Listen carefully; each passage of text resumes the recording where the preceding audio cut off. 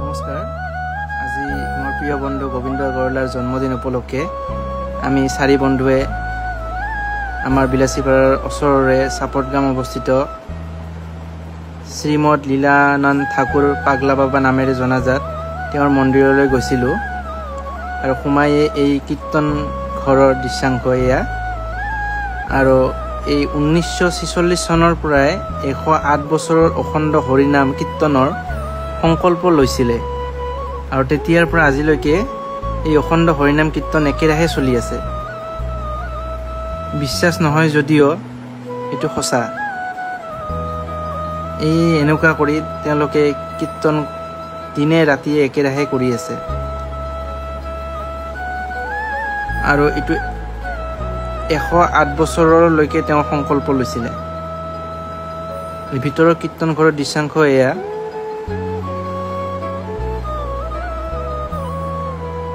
এইজনে হ'ল শ্ৰীমদ লীলানন্দ ঠাকুৰ, যিসকলে পাগলা বাবা মন্দিৰৰ নামেৰে জনাজাত।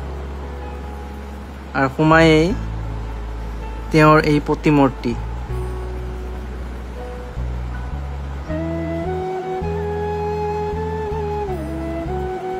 এইজনে হ'ল শ্ৰীমদ লীলানন্দ ঠাকুৰ। আৰু এই দেৱালত তেওঁৰ আগৰ দিনৰ ফটোবোৰ এনেকৈ আঁৰি ৰাখিছে।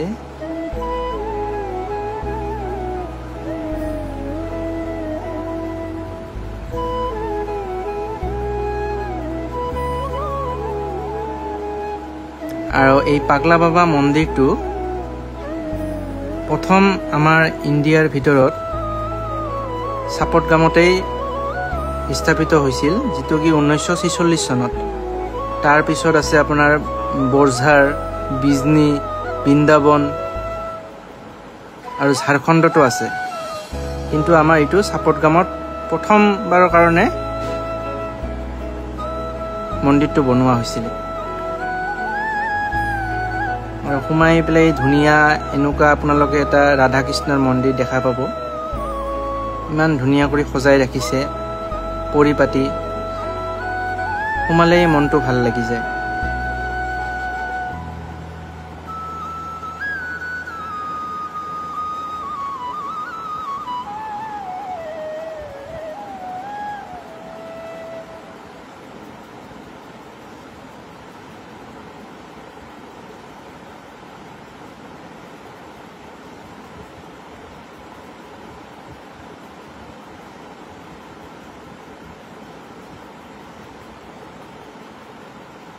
এতিয়া আমি চাৰি বন্ধুৱে মিলি পেলাই এই মন্দিৰৰ ভিতৰত অকণমান সোমাই পেলাই প্ৰণাম জনাম। এই আমাৰ বন্ধু আগে আগে গোবিন্দ আগৰৱালা।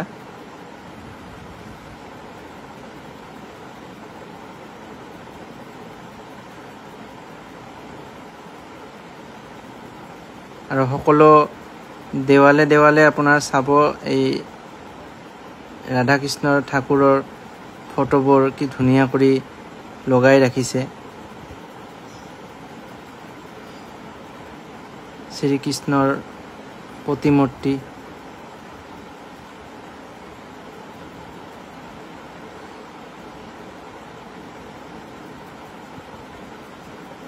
ভিতৰৰখিনি খুবেই ধুনীয়া। এই হ'ল ৰাধা কৃষ্ণ ঠাকুৰৰ প্ৰতিমূৰ্তি। আপোনালোক যদি কেতিয়াবা আহে, পাৰিলে সন্ধিয়া মানত আহিব। ভিতৰৰ লাইট জ্বলি থাকিলে আৰু দেখিবলৈ ধুনীয়া লাগে। পূজাৰীয়ে ইয়াতে ৰাতিপুৱা আৰু সন্ধিয়া কৰি পূজা কৰে। আৰু আপোনালোকে ভোগ দিব বিচাৰিলেও ইয়াতে আপোনাৰ কমিটিৰ লগত যোগাযোগ কৰি পেলাই ভোগ দিব পাৰে।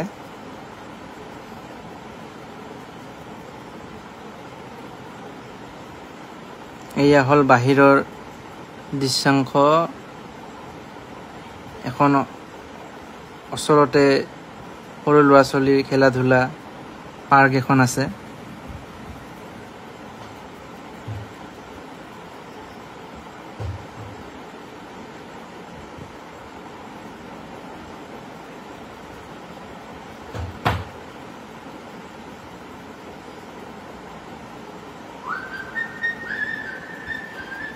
আৰু আমি এই মন্দিৰৰ পৰা ওলাই গোবিন্দৰ অকণমান বাৰ্থডে চেলিব্ৰেশ্যন কৰি কেক কাটি পেলাই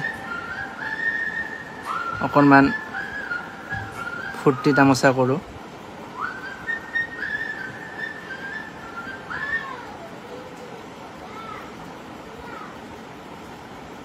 এয়া মোৰ বন্ধু গোবিন্দ আগৰৱালা।